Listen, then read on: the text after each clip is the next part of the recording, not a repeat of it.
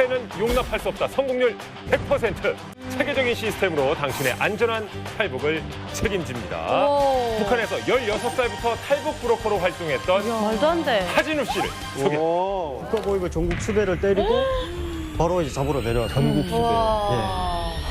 그리고 위 인물은 민족 반역자이며 인신매매 주범이다. 사실 저는 강경북도 무산에서 온 하진우라고 합니다. 와, 이 전문 영웅이 왔구나. 사업을 하던 아빠의 이제 그런 짱짱한 인맥이랑 방패 그런 걸 많이 좀 이용을 해가지고 북한에서 지금 50명 넘게 탈북을 시켰는데요. 한 번도 실패한 적은 없습니다. 오늘 이만갑에서 저의 100% 탈북 성공률을 들려드리도록 하겠습니다. 네, 반갑습니다. 그 브로커는 어떤 일을 하는 사람인가요? 탈북 이제 브로커는 탈북 중에 뭐 어떤 일이 발생을 하면 그에 대해서 이제 대처를 해주는 그런 일을 하는 게 이제 탈북 브로커의 일이고요. 또 이제 중국 쪽까지도 이제 완벽하게 커버를 할 수 있는 그 정도로 돼야 이제 탈북 브로커라고 말할 수가 있습니다. 그럼 어떤 분들이 진우 씨한테 이렇게 탈북을 좀 요청하는 거예요? 저 같은 경우에는 이제 보통 이제 남한에 계시는 이제 뭐 부모나 형제분들이 의뢰를 해가지고 그 의뢰를 받아서 하는 경우가 많고요. 또 뭐 다른 종류 같은 경우에는 이제 지인을 통해 가지고 남한으로 이제 오고 싶다 이런 분들을 통해 가지고 오는 경우도 두 가지 종류가 있다고 보시면 될 것 같습니다. 아, 진짜 뭔가 프로 냄새가 배다다 근데 그게 명확하잖아. 나는 할 수 있습니다. 못합니다. 딱 하실 것 같은. 뭔가 그 지능적으로 탈북을 시킬 것 같아. 아이, 뭔가. 목소리도 너무 좋아. 인맥도 좀 좋으신 거죠? 예, 저희가 이제 국가보위부 산하 저희가 이제 김정일의 방침 전달 사업이라 해가지고 뭐 나라 일을 잘 하려면 그 사람들의 가정이라든지 모든 이제 집안 쪽으로 이제 걱정이 없어야 된다 이런 방침 전달 사업에 의해 가지고요 중국 쪽 수출을 되게 많이 했고요. 예, 그 중에는 이제 저희가 뭐 흔히 알고 있는 이제 오미자라든지 또 뭐 모기버섯, 예, 그리고 이제 기름 개구리라고 좀 생소할 수가 있는데 만들어봤어요 우리. 하마유. 독립보 가면은 한마유라고 표기돼 있고요. 하마유. 저희가 이제 재배를 인공적으로 이제 재배를 해가지고 그거를 중국에다 이제 수출하는 그런 일을 담당을 하면서 외화벌이를 한 10년 동안 했거든요. 이제 그러다 보니까 이제 보위부랑 정권 기관 쪽에 이제 좀 줄이 좋았거든요. 개구리 양식을 했다고요? 예, 기름 개구리 양식을 했어요. 양식을 어디서 했다는 거예요? 저희는 이제 그 함경북도 쪽에 이제 지역에서 했고요. 저희가 이제 방침 전달 사업이다 보니까 이제 국가보위부 명칭을 걸고 이제 개인 소유지를 산을 한 2개 정도 이제 해수를 했거든요. 그게 돼? 예. 그러니까 이게 위에서부터 이제 공문에 내려오거든요. 이 사람들은 이런 사업을 할 테니까 어느 정도의 사유지를 내줘라 이런 허가가 내려오거든요. 그러면 저희는 이제 보여주고 우리는 이 정도에서 이 정도만 우리가 쓰겠다 이러고 이제 근데 개구리 특성이 개구리가 하루에 2kg 정도까지 가거든요. 하루에 2kg 정도까지 가거든요. 기름 개구리. 네. 국방산 개구리라고 해가지고 2kg까지 가다 보니까 저희가 이 산 2개를 아예 이제 비닐 장물 막았거든요. 둘레를. 근데 이게 대박. 투자가 일단 저희가 그때 당시 많이 이제 뭐 몇만 달러 이상의 투자가 들어갔고요. 이제 비닐값만. 예, 한 산을 하면 거의 산을 거의 다 막았거든요. 와. 야, 그거 어떻게 산 2개를 비닐로 막아. 그게 불가능하지. 쉽지가 않습니다. 예. 장군님 방침이 그렇게 셉니다. 저는 구덩이를 다 파고 하잖아, 구덩이를. 아니, 투자금이 비닐값만 수천만 원인데 어떻게 투자 대비 수익은 괜찮았습니까? 저희 지역에서는 저희 이제 이름을 얘기를 하면 모르는 뭐 1, 2등 안에 둔다면 좀 억울할 정도의 그 정도의 재력이 1, 2등 안에 든다고요? 네. 그리고 저희가 이제 또 되게 유명했던 게 저희가 고난의 행군이라 해가지고 북한에서는 이제 97년도 이때가 사람들이 엄청 굶어 죽었거든요. 그렇지. 이때 이제 나라에 지원을 해가지고 김정일의 이제 감사를 3번 받았거든요. 저희가 감사를 3번 받았거든요. 저희가 이제 훈에 알고 있는 뭐 동창군 기념탑이라든지 그거 지을 때도 저희가 이제 지원을 했고요. 그리고 이제 칠보산이라고 함경북도에 되게 유명한 산이 있거든요. 강강 이제 도로를 뚫려야 되는데 이제 그게 자금이 없어가지고 저희가 그쪽에도 또 지원을 하고. 예. 지주요, 지주. 개구리 지주. 근데 저희가 시작에 예. 처음 브로커라고 소개를 해드렸는데 계속 개구리 잡는 얘기만 지금. 부잣집이야. 근데 개구리 잡고도 충분히 잘 사셨던 것 같은데. 엄청 부자야. 예, 근데 어린 나이에 저 브로커가 되신 거예요, 그러면? 저 같은 경우에는 이제 조건이 많이 됐던 게 이제 저희가 외화벌이를 하면서 이제 중국 분들이랑 거래를 되게 많이 했거든요. 그게 부럽고. 그러다가 처음에는 이제 지인이 있는데 이분을 좀 찾아가지고 좀 보내주면 안 되겠냐 이런 부탁을 받다 보니까 또 나는 이제 인맥이 좋다 보니까 충분히 알 수가 있었거든요. 그래가지고 처음에는 이렇게 보내주다가 한두 번 하다 보니까 저한테 이제 사명감 같은 게 좀 생기더라고요. 이제 뭔가 이게 내 일이구나. 맞습니다. 그냥 돈이 주문이 들어오는구나. 그러니까 이게 돈도 뭐 돈 버는 것도 있지만 이게 또 직접 이제 탈북하시는 분들 그런데 이제 가정을 방문할 때가 있거든요. 그러면 진짜 어렵게 사는 분들이 되게 많거든요. 이런 분들을 이제 도와주고 싶어요, 뭔가. 그럼 가족 네. 만나고 이제 새 인생 살게 해주는 건데. 네, 맞습니다. 그 진짜 가난해요, 가서 보면? 진짜 막 먹을 게 없어가지고 막 며칠 막 한 주일씩 굶어가지고 집에서 막 그냥 잠만 자시는 분들이 있어요. 지금. 맞아. 그랬어. 물만 먹고. 그런 걸 보면 이제 너무 가슴이 아프더라고요. 한 명 이렇게 탈북할 때 그 기간은 어느 정도 돼요? 한 명 근데 이게 탈북할 한 명을 저희가 탈북을 시키려면 보통 한 2개월이라는 정도가 소요가 되거든요. 오래 걸리네. 네, 저희 같은 경우에는 이게 또 인맥도 있고 우리가 이제 권력을 가지고 있는 게 있으니까 최대한 안전하게 보내고 탈이 없어야 저희한테 이제 문제가 안 생기거든요. 예.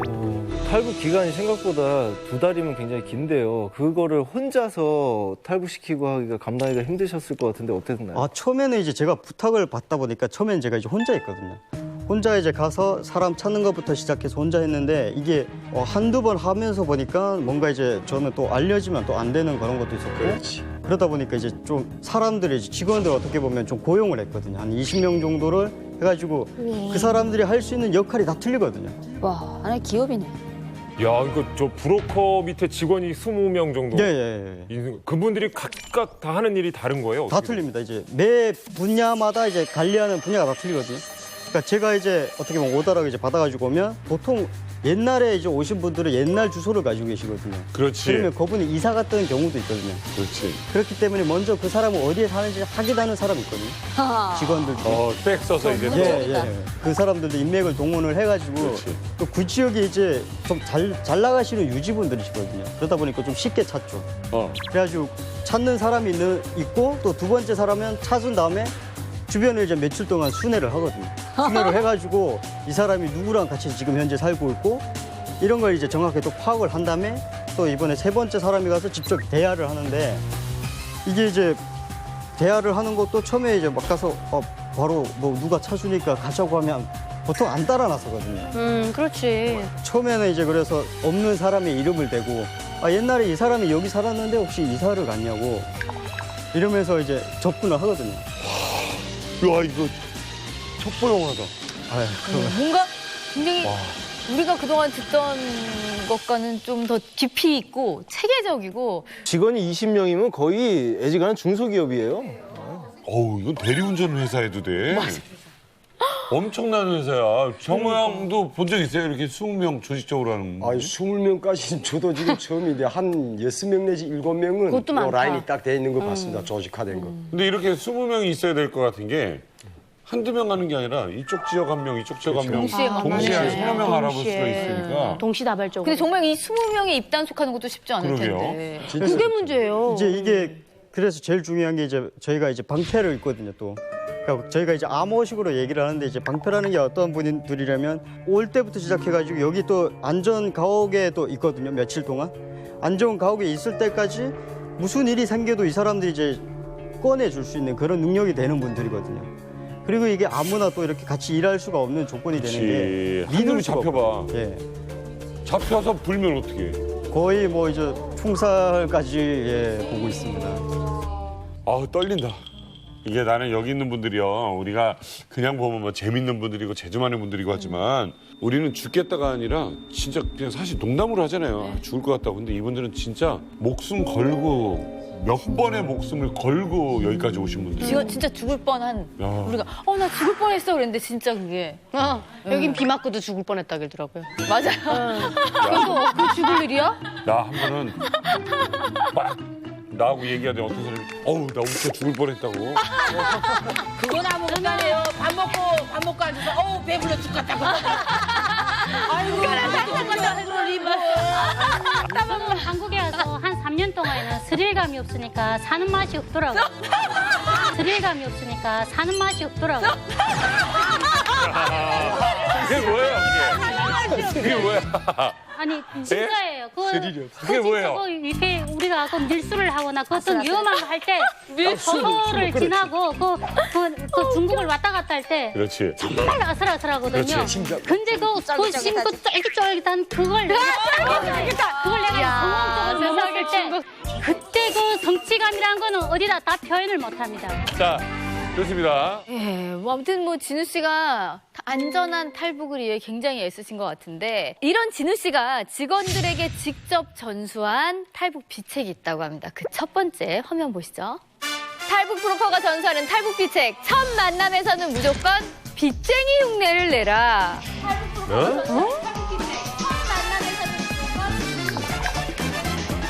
도대체 처음 만났는데 왜 사람한테 부담을 줘요? 왜 빚쟁이 흉내를 왜 내는 겁니까? 그러니까 본인이 빚을 졌다는 게 아니라 그러니까 다른 사람의 집에 얹혀 사는 분들이 계세요. 그러면 이전에 살았던 사람의 그거를 저희가 이제 파악을 해가지고 이 사람의 뭐 이제 친척이 되냐, 이 사람 지금 돈 받으러 왔는데 어디 있냐 이런 식으로 접근을 하거든요. 왜냐면 본인한테 직접 그렇지. 이제 다이렉트로 얘기하면 얘처럼 신고죠. 뭐 어디에 숨을 가능성도 있고.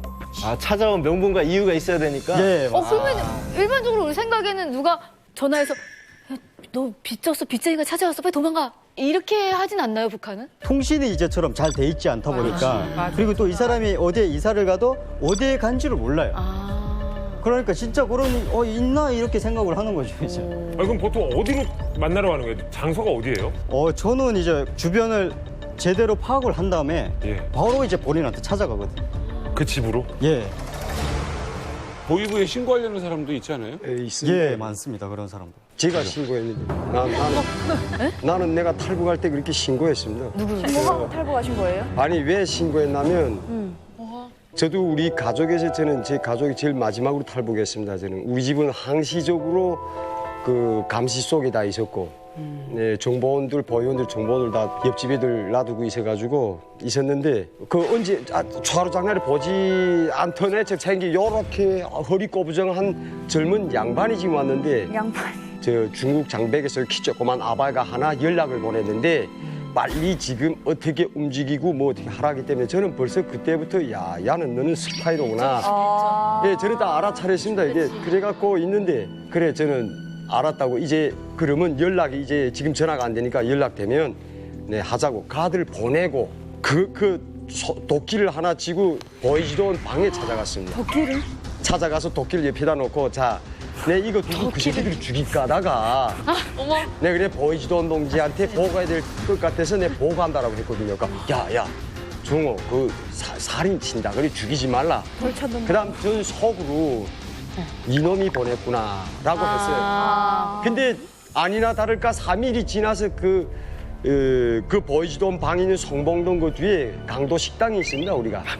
예, 아파트 1층에. 강도에 들어갔나? 그래, 내 친구들하고 밥 먹으러 들어갔는데 뒤에 두 사람 들어오기 때문에 딱 봤는 데는 보이지도 않는 들어오기 때문에 이게 쓱 돌아앉았는데 같이 따라온 사람이가 우리 집에 온 양반은 야, 내 지금 그래 나도 아는 체 안 했거든요. 근데 문제 더 중요한 거는 그 사람이 탈북해서 지금 현재 수원에서 삽니다. 어떡해. 같이 오세요, 여기. 와, 무슨 기승전결이 이래. 그 보이부. 네, 보이부 스파이가. 스파이가. 네, 스파이가 수원에서 삽니다. 그 축구부장한 사람. 예. 대박. 한번 다음에 모시고 오세요. 야, 그 한번 전화 통화를 연계하자 했댔는데 재밌다. 알고 싶다. 알겠습니다. 그러니까 가와. 유현주 봐. 뭐라고 했지? 뭐 전날 뭐 사람들한테 뭐라고 했다고 했지? 어떤 역경의 바람이 불어와도 오직 하나밖에 없는 저희들을 끝까지 지켜나가자. 그리고 다음날 탈북했어. 그 외치고 탈북했대잖아. 남들 지키게 시키고. 다른 사람 본인은 왔어요. 예. 선동요정. 난 저 얘기는 왜 이렇게 들어도 웃기냐? 선동요정. 자, 이게 끝이 아닙니다. 지금부터는 심리전이라고 합니다. 성공률 100% 하진우 씨가 전수하는 두 번째 탈북 비책 화면 보시죠. 탈북 브로커가 전수한 탈북 비책, 탈북 전 필수 교육 과정은 한국 드라마시죠. 와, 한국 드라마. 탈북하려는 사람들한테 한국 드라마를 왜 보여줘요? 저희 같은 경우에는 이제 그 안전 가옥에서 있는 기간이 거의 한 주에서 한 2주 정도 있거든요. 이 정도 있으면서 이분들이 이제 서로 이제 뭔가 불법을 공유를 하는 거죠. 불법을 공유를 하는 거죠. 너랑 나랑 불법을 공유를 아, 하고. 진짜 처음에는 이제 알려주는 게 아니고? 나쁜 취지는 아니었고요. 한국의 문화에 대해서 알려주는 것도 있고. 그리고 이제 북한 같은 경우에는 그 영화 이제 급에 달라서 범죄 그 형도 또 틀리거든요. 말을 못하는. 근데 이제 그때 당시 저희는 이제 뭐 야인 시대 뭐 이제처럼 뭐 이제 나오신 뭐 하이킥 뭐 이런 것도 많이 봤고요. 그럼 그건 그것보다 급이 하이킥은 급이 높진 위험한 않죠. 급이에요? 높진 않은데 이제 거기에 높진 위험한 않죠. 급이에요? 높진 않은데 이제 거기에 재벌들의 뭔가 이런 생활이라든지 또 이제 뭔가 대장금도 같은 급이었죠? 예예 그렇습니다. 네. 예예 그렇습니다. 네. 감사합니다. 근데 야인 시대는 야인 시대 같은 경우에는 이게 중간으로 오면서 이제 6.25 때 막 공산당이랑 막 싸우고 막 김일성 이런 얘기가 나오거든요. 예, 그래가지고 북한에서는 이제 보위 지도원들만 박댔고 그걸 보면 이제 형량이 거의 5년 이상으로 늘어났었어요. 예. 그래서 이제 뭐 서로의 이제 뭔가 또 형제를 또 어떻게 고발할 수는 없겠으니까 같은 배를 탔다 어떤 동질감을 만들기 위해서. 그렇죠, 그렇죠, 그럼요. 그러니까 그 구실을 잡는 겁니다. 예, 빌미를 누구 고발 못하니까. 오늘 정우 형 왜 이렇게 뒤에서 할 말이 많은 거예요 오늘? 이게 무슨 말씀이에요 지금? 탈북 소리 하니까 정말 궁금도 하고.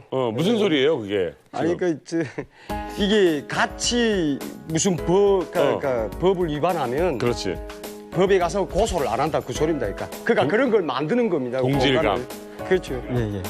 그나저나 그 탈북하시려는 분들이 그 한국에 대해서 또 혹은 한국 드라마를 한 번도 시청을 안 하신 분들도 있었을 거 아니에요? 예, 예. 처음에 한국 드라마를 보여줬을 때 그분들 반응은 어떻습니까? 그 반응은 좀 이게 이게 뭐 연변 뭐 조선족 영화인가 뭐 이렇게 인식을 하거든요 처음에는. 근데 이제 이거 한국 영화고. 근데 어떤 진짜 앞쪽 지대에 있는 분들도 아시겠지만 가끔 방송에 걸릴 때가 있어요. 한국 방송이. 그러면 이제 말투도 뭐 듣고 이제 또 개성 쪽은 또 한국 말씨를 쓰다 보니까 개성은 한국말 쓰. 이제 보면서 느끼는 거죠. 1회, 2회 갈수록 이제 본인이 어디 함정에 빠져들고 있다는 거를. 근데 이게 제가 웃기려고 하는 얘기지. 예. 그러니까 이게 이제처럼 또 이제 시간이 길다 보니까 그치. 또 이런 것도 하고 제가 이제 뭐 또 꽃보다 남자라든지 또 이제 하이킥 이런 걸 보게 되면 가족이 또 이렇게 뭐 우리한 집에서 막 살고 이런데 한상을 가지거든요. 그렇지. 그러니까 나도 가면 저렇게 살 수 있다 이런 인식을 이제 또 심어주는. 한국 남자는 다 이인원 줄 알았는데. 하이킥 보셨어요? 예, 저는 이제 거의 여덟 시청자. 재밌어요. 아니 북에서 하이킥이 인기가 되게 좋아요. 재밌잖아요. 특히 이제 너무 시크한 그 남자로서 맞아. 시크한 매력이. 완전 매력이. 세상 부드러운 사람인데. 제 주변에 민영 오빠 때문에 아픈 분들이 되게 많았어요. 여자. 이 형 때문에 아팠다고요? 네, 너무 좋아해가지고. 아 마음앓이. 실제로 만나봐야 되는데. 그쵸. 실제로 만나면 진짜 정신이 아파. 오. 정신이 아프면 어떻게 나 민용이랑 3시간만 같이 있으면 나도 힘이 빠져서 표정이세요. 쉽지 않은 남자야. 탈북인의 이렇게 심리까지 꿰뚫어서 이렇게 탈북을 도와주시는 우리 하진우 씨가 안전을 위해서 이런 사람까지 함께 동행을 시켰다고 합니다. 누구인지 화면 보여주세요. 탈북 브로커가 전수한 탈북 비책, 탈북 차량에 중대장을 태워라. 이해가 안 되죠. 왜 중대장을 태워? 왜 얼마나 중대장을 시끄러운데? 태워요? 그러니까 저희 같은 경우에는 이제 작업을 할 때 이제 중대장이랑 작업을 했거든요. 급이 있어. 이게 중대장.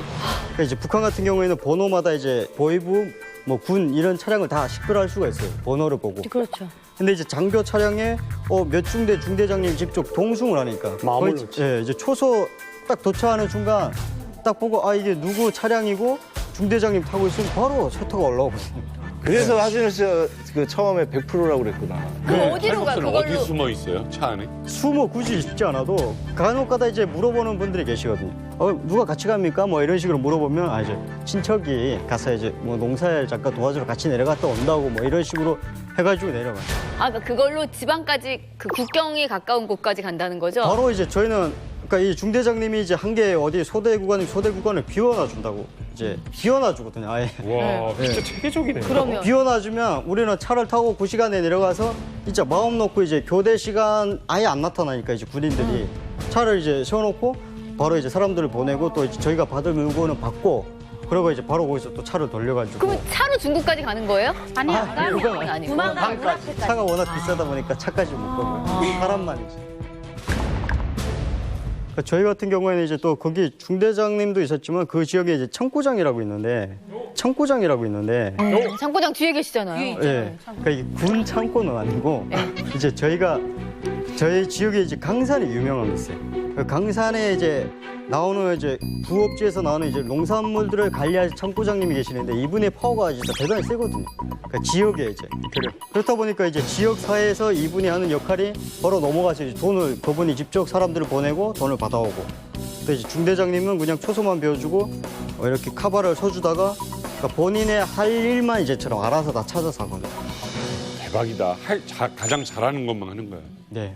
안 걸릴 수 있는 네. 거. 우리 정말 뒤에 계시는 우리 창고장 우리 정호영님 한 말씀 해주셔야 되는 거 아니에요? 탈북에 동원된다잖아요, 어쨌든. 그렇죠. 근데 이 창고장 저는 군대 소리를 내서 뭐 군대인 줄 알았는데 3인인데 이 사람으로 말하면 원래 뭐 무산이라는 게 원래 작습니다. 제가 살던 양강도 해산시도 작고 근데 거기서 좀 잘 살고 돈이 많고 잘 나가는 사람들은 제 거덕 안단 말입니다. 그러니까 이 군대들도 알고 또 이 사람이 그저는 능력이 있으니까 그렇게 소문 나는 거고 그러면 경비대 중대장 간부들이 그 사람들한테 다 붙거든요. 그러니까 이 사람은 자기가 직접 이 브로커 역할을 해서 데리고 올 수도 있습니다. 그렇게 넘길 수도 있다 이겁니다.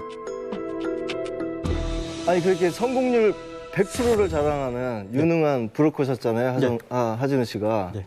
그런 유능한 브로커께서는 왜 탈북을 결심하게 되신 건가요? 그러게요. 이게 지금 아버님도 계시고. 저도 이제 그때 당시에는 진짜 안 걸리고 저는 마지막까지 할 수 있을 거라고 생각을 했거든요. 걸렸구나. 근데 이게 이제 국가보위부에서 위에서부터 검열이 내려와가지고 그러니까 이게 땡땡땡 어느 지역에 체계적으로 하는 얘네가 있는데 정확하게 이제 누군지 몰랐던 거예요. 그렇지. 그리고 이제 방침 전달 사업은 아니었고 그룹화를 형성을 해가지고 무상근에 얘가 좀 무심스러운데 얘를 목표로 해서 가자. 이래가지고 이제 전국 국가보위부 전국 수배를 때리고 바로 이제 잡으러 내려왔어요. 전국 수배. 저희가 그래서 당시 우리 하진우 씨의 수배 전단지를 재현을 해봤습니다. 자, 보시죠. 여기 보면 이제 이름 하진우, 나이 19세, 한경북도 무산, 신체 특징 쫙 써 있죠. 도주 일자. 그리고 위 인물은 민족 반역자이며 인신매매 주범이다.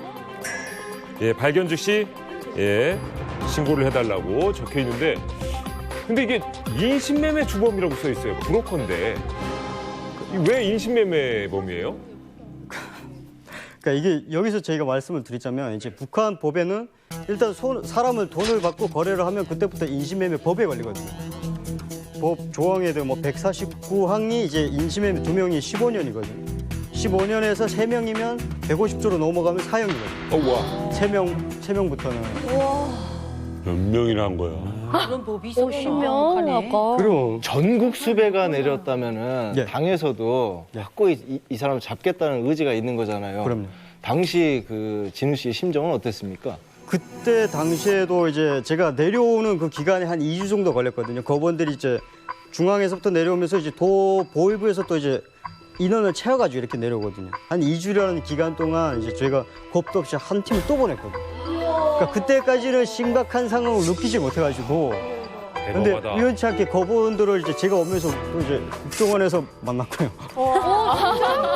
제가 그때 보낸 사람이 이제 저랑 한 3주 정도 차이가 나는데 그때 이제 2명을 또 보내드렸거든요. 맞아. 그분들이 이제 국정원에서 우연치 않게 또 만나게 됐고.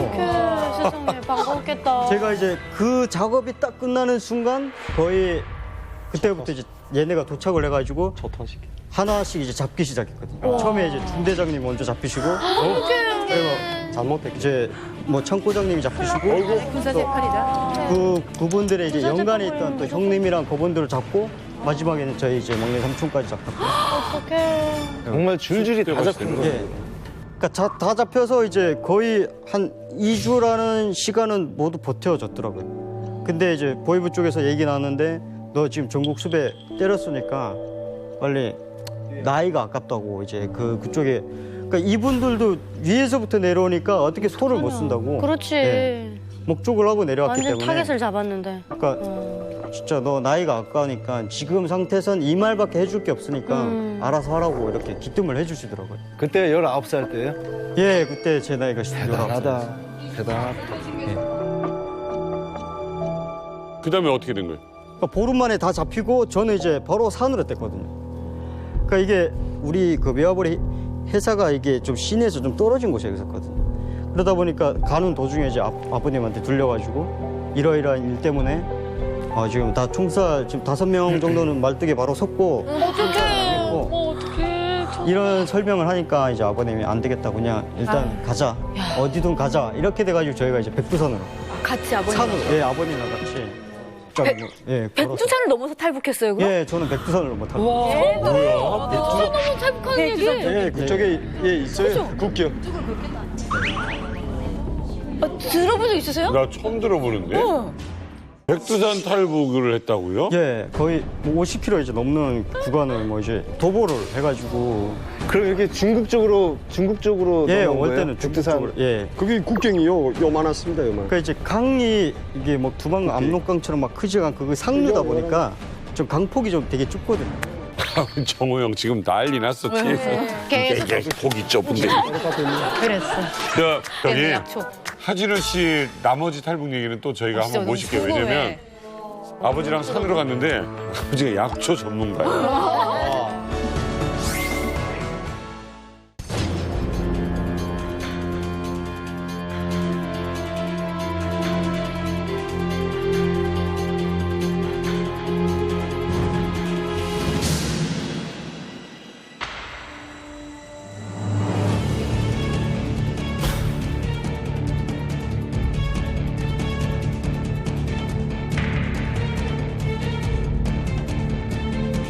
전거리 대차꾼은 또 무슨 뜻인가요? 대차 자체가 옛날에 소가 들어가서 우마차. 소가 들어가면 소달구시 있잖아요. 그치, 소달구시. 근데 소 대신 사람이 들어가는 거예요. 어머, 안 돼. 네. 그러니까 소 역할을 하는 거예요. 어머, 사람이? 네. 근데 그 대차 안에도 아무 사람이나 못 들어가요. 힘써야 돼. 힘이 세야 되고 그것도 기술이 있어야 되거든요. 사람을 소로 쓰는 거네. 예. 그러니까 밭을 가는 소로 쓴 밭을 간다는 거예요, 밭 사람. 갈 때도 사람이 끌어야 돼요. 그리고 사람이 이제 끌고 마차도. 예. 제일 큰 대차가 한 톤짜리 한 톤이 실리는 대차였는데 그 대차 안에 제가 많이 들어갔어요.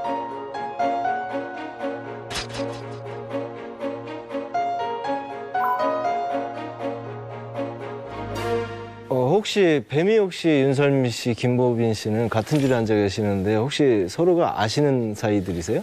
네, 저희 뭐 교도소 같은 교도소 출신이고요. 같은 교도소 출신이고요. 어머. 지금 한국 와서도 예, 모임을 하고 있습니다. 그 교도소 출신 모임 방에서 나온 에이스들입니다. 이제 다 알고요. 거기서 잘 노는 이제 백은달 그리고 잘 사는 김보빈 또 이제 잘 나가는 윤설미 이렇게 해서 에이스만 좀 뽑아서 왔는데 저희 모임의 이름은 흙으로 밥을 만드는 여자들 이렇습니다. 네. 그 모임방의 방장은 누굽니까 현재? 아마도 우리 백은달 씨가 아닐까. 야, 이거 나는 고등학교 동창회까지 본 것 같은데 교도소 동창들은 잘 안 만나지 않나? 아닙니다. 정말 끈끈합니다. 의리. 거기서는 몰랐고. 아니 거기서 알아. 거기서 이 설미를 만나가지고 예, 거기서 만나서 거기서 서로 이렇게 도와주고 하면 그냥 내 양딸 하자 하고 예. 제 양엄마세요. 감옥에서 양엄마. 그 보빈 씨는요? 보빈 씨도 제가 교화소에 들어가서 열병이 이렇게 겨울 때 되면 열병이 많이 나요. 그러니까 열병이 걸리면 격리를 시켜요. 교화인들과 같이 있지 않고 병 걸린 사람들만 따로 병방을 만들어서 격리를 하는데 제가 저 배엄마 옆에 누운 거예요. 네. 근데 이 배엄마나 이게 설미 씨는 면회가 있어서 약도 들어오고 하는데 저는 면회가 없잖아요. 근데 배엄마가 아는 사이도 아니었어요. 처음 보고 하는데 딸이 엄마를 살리겠다고 빠리빠리 싸갖고 오면 저한테 약도 주고 진짜 면식가루도 주고 막 그러는 거예요. 근데 배엄마가 저한테 그 약을 안 주면 저는 내 밥동을 내가 그러니까 매끼 차려주는 밥을 남한테 주고 약을 사 먹어야 돼요. 그러면 그 약을 먹고 살려면 저는 굶어야 돼요. 근데 배엄마가 딸이 면회 오면서 갖다 준 약을 공짜로 저를 챙겨주다 보니까 저는 그때부터 내 운명의 운이라고 그때부터 저는 배엄마 하면서 그 안에서 운명이 진짜 여기까지 와서 만날 줄은 꿈에도 네. 그러면은 북한 그 교화소의 하루 일정은 아침 몇 시부터 저녁 몇 시까지 그 하루 일정이 어떻게 되는 겁니까? 5시부터 10시까지라고 생각하면 네. 미친 거 아니야? 어떻게 해 그러면?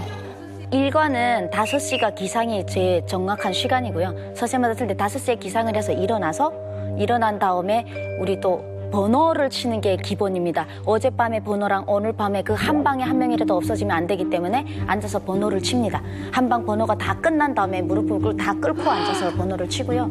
끝난 다음에 세면장에 반별로 줄을 쫙 서서 빠른 속도로 세면을 하고요. 들어와서 또 방 안에 들여다 가다 놓으면 앉아 있으면서 식사를 받습니다. 아침 식사를 밖에서 주는 밥을 받아서 먹고 그리고 출력을 8시에 하게 됩니다.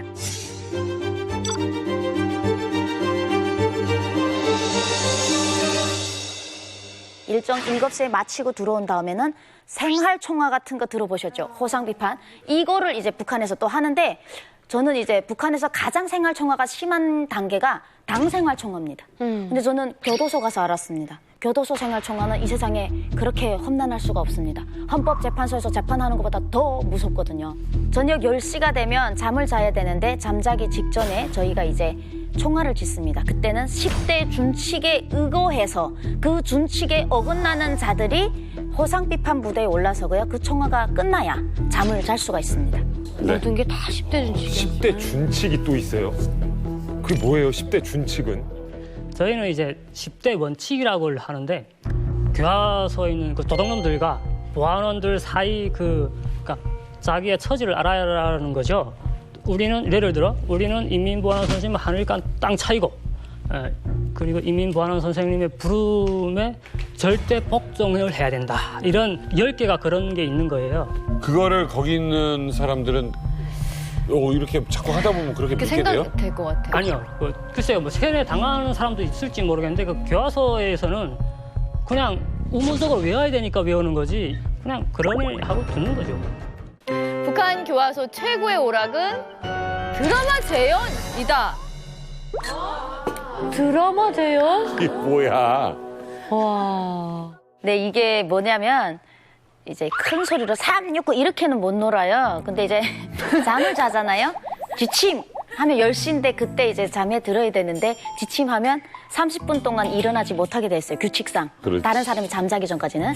그런데 이제 잘 나가는 우리 백원달이나 또 우리 보빈 언니 같은 경우에는 조장, 반장 이 출신이에요. 센 언니 출신이라 그쪽 언니들이 야 이쪽에 와 이렇게 불러요. 어제 했던 거 2부, 1부 어디까지 끝났으니까 와. 이게 왜냐하면 이제 교도소 생활을 저도 몇 년을 하면서 잘 살아남았던 이유가 이야기를 잘해서 살아남았어요. 선생님들한테도 잘해야 되지만 가장 중요한 건 하층 통일이라는 얘기가 있어요. 밑에 사람들, 우리 교도소 내 반에 있는 사람들하고 잘 지내야 돼요. 근데 특히 거기서도 반장들하고 라인을 잘 타야 되거든요. 근데 전 또 이 드라마로 라인을 타가지고 딱 오면 이제 언니들이 딱 모여 앉아요. 이제 센 언니들 딱 앉아서 원래는 뭐 다른 애들은 다 힘드니까 그냥 자버려요. 그러면 드라마를 시작하는데 이 드라마가 들키면 가중처벌이라는 게 있어요. 내가 5년을 받았으면 6년이 될 수도 있고 7년이 될 수 있어요. 근데 그거를 감안하고 내가 해야 되잖아요. 그러려면 나를 커버할 수 있는 언니들이 듣겠다고 해야 돼요. 그 언니들이 들어야 어떤 문제가 생겨도 방패를 써주는 거예요. 네, 그래서 한 사람이 망을 봐요. 이제 딱 한 사람이 망을 보고 이렇게 돌아가면서 기본적으로 망을 봐요. 선생님이 오시는지. 그러면 드라마 딱 하다가 온다! 딱 순찰하면 딱 누워서 자는 척 하다가 갔다. 이렇게 하면 일어나서 이제 어디까지 했지? 어디까지 했어. 그러니까 이거 듣느라고 하루 종일 일을 열심히 하고 저녁에 그거를 듣는 게 최고의 오락인 거예요. 어머 어떡해.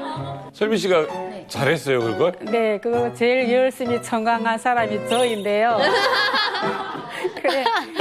다른 사람은 감히 설미야 그걸 듣자고 말할 엄두를 못 내요. 그거 그래서 여차하면 독방 타고 가형 먹고 하는데 그 들른 또 그 저식이 따로 있었어요. 근데 설민 씨 교합반은 치장반이다 보니까 밤에는 나가서 밥을 해야 되고 아침에는 낮에는 우리가 출력한 시간에 잠을 자야 되거든요. 그러면 사람이 없어요. 교화인이. 그러네. 네. 그러면 제일 많이 들은 게 저 100원 달 엄마. 제가 늘 교화반 안에 근해 안에 있다 보니까 설미야 또 해줘. 그때 저는 아파서 출력을 못하면 같이 가요. 야, 와. 저는 창문에 대고 이렇게 보고 한쪽 귀는 듣고 한쪽 귀는 선생님이 오는 거니까 망을 봐야 돼. 진짜 어떡해. 무슨 드라마 생각나? 뭐 어떤 거 생각나? 대장금? 대장금? 아, 대장금? 네, 언니 엄청 홍보했었어요, 아니, 그게 몇 감옥에서. 편짜리? 50몇 부작을. 설미가 얘기하는 대장금이 궁금하거든요. 자. 설미 이야기 듣느라고 빠지는데 그때만큼은 내가 교화인이라는 그런 것도 잊어버리게 되고 야 바깥에는 이런 세상도 있다는 것도 기억하게 되고 그러면 한국 사회를 동경하면서 나도 좀 저런 데가 살아봤으면 저 상근에 가장 필요하다 하면은 아까 제가 그 음식 밥 먹는 얘기 했잖아요. 밥을 먹긴 먹는 것 같아서 근데 도대체 뭘 먹는지 너무 궁금하더라고요. 교화소는 어떤 음식이 나오나요, 설미 씨? 네, 제가 이제 밥 찌는 일을 하다 보니까 그 부분에 대해서는 또 빠삭합니다. 쌀이 일일 출고가 됩니다. 교화소는 일일 출고가 되는데 옥수수가 30%가 나오고요. 70%는 닭 사료. 뭐? 쌀이 아니고? 사료가 어떤 사료냐면 완전히 된 사료가 아니고요.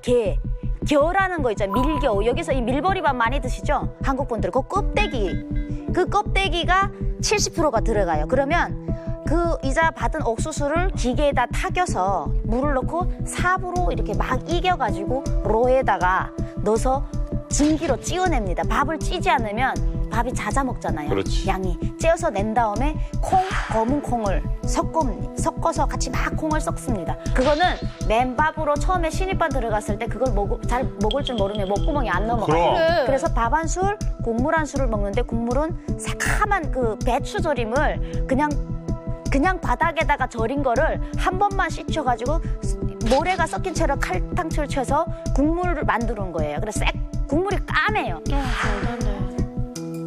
아니 그러면 사람이 비타민이란 것도 필요하고. 네, 그딴 거 필요 없어요. 그런 거 필요 없어요. 거기는 생각이 왜냐하면 그래서 면회가 있는 사람들은 비타민이나 보충할 것들을 면식으로 우리가 보충이 되는데 면식 있는 사람이 이 30%밖에 안 되고 70%가 면식이 없는 사람들이에요. 법인 언니처럼. 야 이건 말이 안 돼.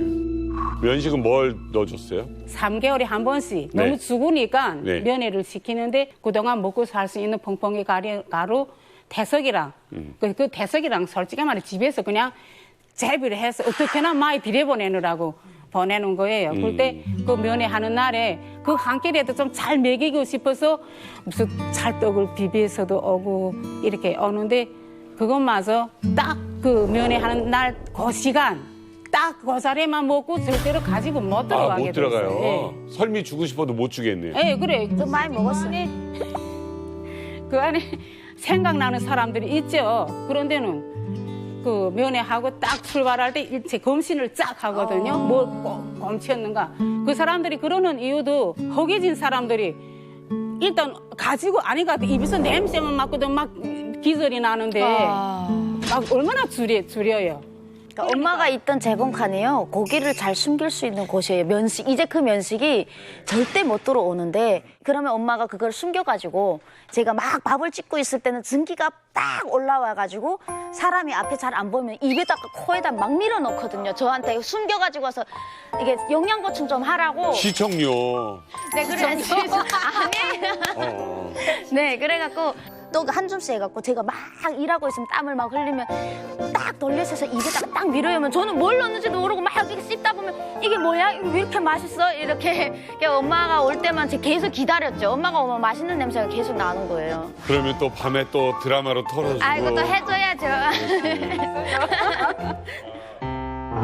뭘 가지고 들어갈 수 있어요, 그 교화소에는? 그 교화소에서 원래 그러니까 제가 처음에 7년도에 입소했을 때는 이제 면회를 펑펑이 가루, 그러니까 거기는 튀가루라고 하는데 튀가루만 받았었는데 그다음에 또 이제 기름을 받는다든가 그다음에 태식을 받는다든가 그게 조금 이제 그 수위가 올라간 거죠. 더 많이 받을 수 있는 양이.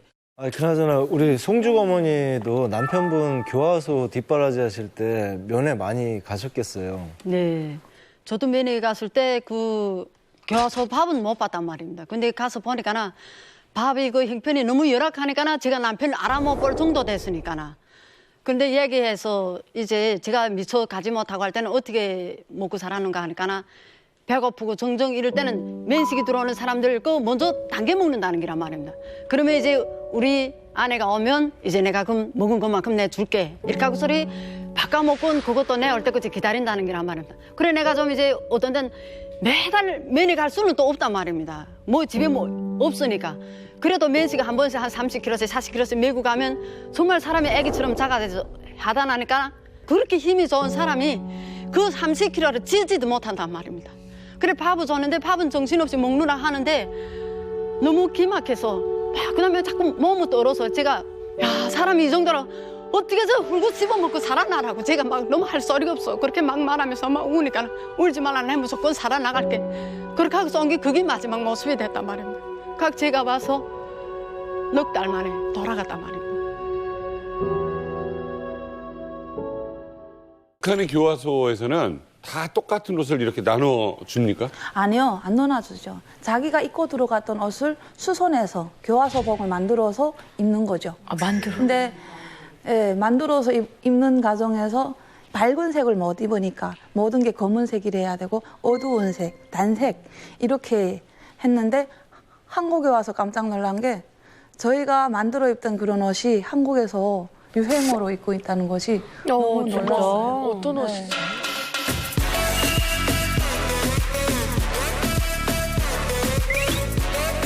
지금 한국에서 이렇게 하니까 이쁘죠. 근데 북한에서도 면회 없는 저 같은 경우는 진짜 누대기라고. 진짜. 네. 아, 뭔 느낌인지 알 것 같다. 아, 그러니까 이렇게 기워 입었다는 얘기인 거죠? 그리고 제가 신입반 있는 과정에 남자 도주병이 생겼어요. 남자 도주병이 생겨서 총에 맞아서 잡혀 들어왔는데 그 시체를 가운데 놓고 원을 돌려서 여자들한테 보여줬어요. 너네도 잡히면 이렇게 된다. 이거를 보여줬거든요. 그 다음부터 교화소복을 어떻게 해서라도 알리게 바깥에 나가면 튀우게 하느라고 신천을 이렇게 바지에다가. 그치, 북한엔 이런 옷이 없어요. 도주했을 때 딱 잡히게. 저는 그게 트라우마가 있어가지고 저희 집에 짝짝이 옷이 없어요. 몽땅 단색. 예. 그리고 제일 처음에 들어갈 때는 머리도 이렇게 그냥 요 기밑을 이렇게 잘랐거든요. 근데 여자 도주자가 또 생겨가지고 그 다음에는 완전히 머리를 귀 위로 잘랐어요. 근데 그 머리가 한국에서 또 남자들이 유행이더라고요. 사발머리로. 제가 울컥한 게 처음에 딱 있었는데 제가 여조교도소에 들어왔는데 여자인 줄 몰랐어요. 그 1200명이 여자인 줄 몰랐어요. 돌아서 앉아있는데 이 뒤가 오빠는 그래도 머리카락이 지금 남아있잖아요. 없어요. 반 이상이 면도를 다 깎아서 저는 남자 교도소에 들어온 줄 알았어요. 요 위에다가 딱 요만큼 깍지를 도토리 깍지로 씌웠듯이 머리 하나를 이렇게 하고 있어요. 그러니까 이게 탈주가 안 되는 거네. 네, 나가도. 탈출을 그렇게 하고는 밖에 나갈 수가 없고요. 그리고 누덕누덕한 옷을 다 입고 이렇게 살 다 빠져서 앉아있으면 머리부터 시작해서 보는 순간에 정상적인 사람 눈물이 울컥 나오는 그런 패스. 배미옥수님 누더기 옷 같은 거 뭐 이렇게 기어도 주고 하셨을 거 아니에요? 네, 옛날에. 그 재봉기 한 대가 있을 수 있는 게 사회 옷을 입고 들어와서 제수복으로 이 개조해야 되니까 그걸 해주라는 의미에서 재봉기 한 대를 배치해 놨는데 제수들이 그 재봉기 신세를 질 수가 없죠. 이 다른 보안원들이 자기 일복이 바빠가지고 그래서 교화인들은 다 손으로 했어요, 자기 옷을. 설민 씨는 옷 어떻게 입었어요? 아, 저는 솔직히 옷을 잘 입었습니다. 거기서 엄마가 옷을 하다 보니까 이제 옷을 맞춰 입었어요. 이제 아, 설민 씨는 또 멋지게 입혔구나 또. 엄마가 이쁘게. 네, 그 어떻게 입히냐면요. 옷을 하려면 다림질을 해야 되잖아요. 엄마가 온 밤 그 불을 떼는 일을 하면서 재봉공예 해요. 잠을 자지 못하고 전기 다리미가 없으니까 숟가락에다가 숯을 떠서 한 땀 한 땀 이제 손바느질 한 다음에 그거를 다 다리는 거예요. 한 숟갈씩 숯을 떠가지고. 웬일이야. 네, 이렇게 다려갖고 입히는 거예요. 되게 예쁘게. 그래서 하얀 천도 때가 그냥 짜들짜들해 다른 사람들이 한 거고 엄마는 매번 그거를 뜯어서 또 붙여주고 깨끗하게 하얗게 이렇게 옷을 세트를 맞춰 입었는데 제가 그것 때문에 또 한번 네 이제 맞은 적이 있어요. 교도소 사람들은 다 이제 사람 꼴이 아닌 짐승 꼴을 해야 되는데 제가 사람 꼴을 하고 지금 서 있으니까 지나가다가 선생님이 저를 찾은 거예요, 보아원이. 근데 와가지고 다짜고짜로 이제 하더라고요. 여기 어디야? 교화소입니다. 여기 어디야? 교화소입니다. 100번 얘기했습니다. 계속 때리는 거예요. 여기 어디냐고. 여기 교화소입니다. 교화소야 그러지. 그럼 더 죽어요. 그래갖고 무릎 꿇고 그렇게 많이 맞았어요. 그래서 그대로 당장 벗어 했는데 제가 또 그거를 벗지 못하고 이제 한계반이 70명씩 블록을 서면 그 선생님이 오잖아요. 저 그럼 가운데 들어가 숨어 있거든요. 끝에 다른 사람 세워놓고. 아니 그러면은 우리 보빈 씨처럼 단 한 번도 면회 올 사람이 없는 사람들은 그러면 그 안에서 교화소 안에서 옷을 어떻게 구해 입습니까? 교화소에서 보면 겨울이 제일 힘들어요. 그러니까 면회 있는 분들은 신발도 들어오고 양말도 들어오고 다 들어오는데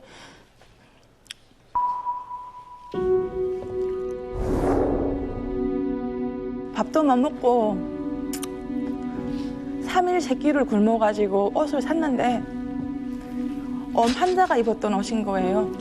피부병 걸렸던 환자가. 근데 저는 옷이 그래도 괜찮으니까 겨울을 날 수 있기 때문에 샀는데 저한테 피부병이 걸린 거예요. 굵으면 진물이 나고 핏물이 나고 하는데 그다음 안에서부터 정처가 없이 이렇게 또 걸마서 나오는 거예요.